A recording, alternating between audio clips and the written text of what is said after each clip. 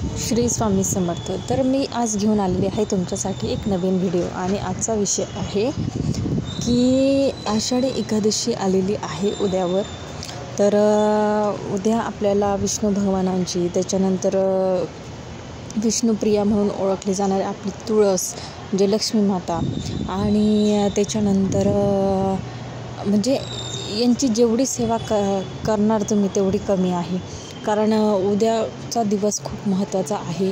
आणि जे कोणी एकादशी धरत नसतील ते जर उद्याची एकादशी धरतील तर त्यांना सगळ्या एकादशीचं फळही मिळत असतं। म्हणून उद्याची एकादशी नक्की करा आणि व्यवस्थित सेवा करा, मनाने सेवा करा।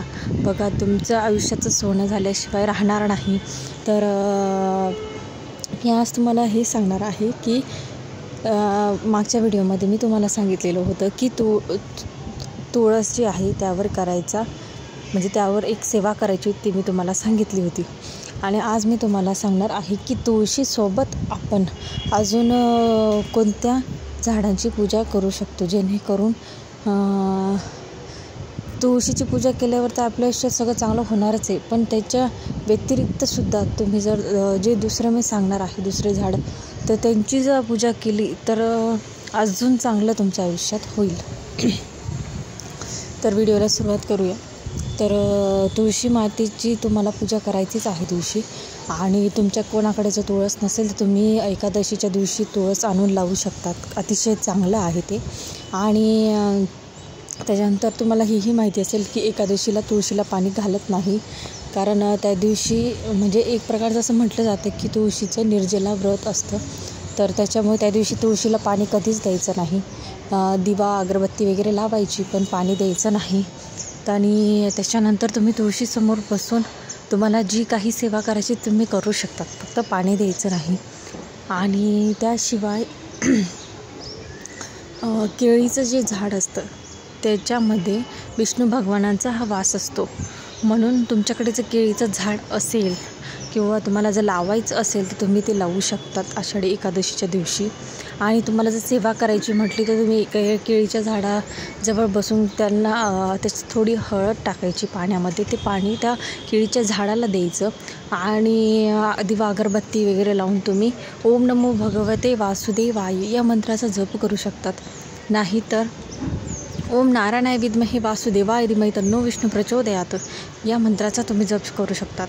आणि तुमच्याकडे जर अजून वेळ असेल, तुमची जर इच्छा असेल तर तुम्ही विष्णू सहस्त्रनाम ही जे आहे याचं तुम्ही पठण करू शकतात।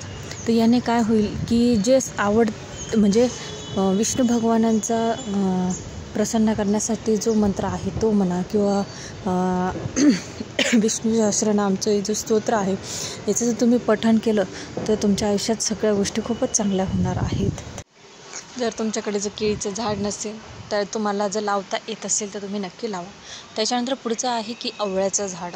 आवळ्याच्या झाडामध्ये सुद्धा विष्णू भगवानांचा हा वास असतो, म्हणून तुम्ही उद्याच्या दिवशी आवळ्याच्या झाडाची सुद्धा तुम्ही दिवा अगरबत्ती वगैरे लावून पूजा करू शकतात। आणि तिथे सुद्धा तुम्हाला काही विष्णू भगवानांच्या सेवा करायची असल्या तुम्ही करू शकतात। आणि प्रार्थना करायची की आमच्या घरात नेहमी सुख शांती समृद्धी राहू दे, अशी तुम्ही प्रार्थना करायची। मग तुम्ही जर समजा तुळस त्याच्यानंतर केळीचं झाड आणि आवळ्याचं झाड या झाडांची जर उद्या पूजा केली तर तुमच्या आयुष्यात म्हणजे या झाडांची तुम्ही जर पूजा केली तर तुमच्या आयुष्यात सगळं चांगलं झाल्याशिवाय राहणार नाही। फक्त उद्या तुम्हाला जेवढी जास्तीत जास्त तुमच्याकडून सेवा होईल तेवढी जास्तीत जास्त सेवा करा, जेणेकरून उद्याचा जो दिवस आहे तो खूप सोन्यासारखा आहे। आणि तुम्ही जर सेवा केल्या तर तुमच्या आयुष्याचं सोनं झाल्याशिवाय राहणार नाही। अतिशय प्रभावशाली सेवा आहेत विष्णू भगवानांच्या, मी तुम्हाला सांगितलेलंच आहे।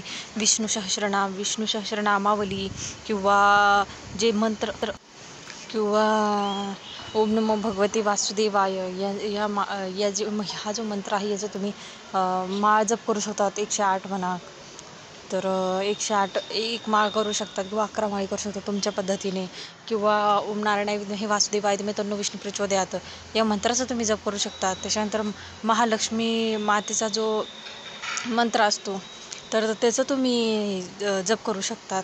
म्हणजे कसं दोघांची जर सेवा केली ना तुम्ही तर दोघं प्रसन्न होतील आणि तुमच्या घरात नेहमी लक्ष्मी मातेचा आणि विष्णू भगवानांचा वास राहील. तर नक्की सेवा करा.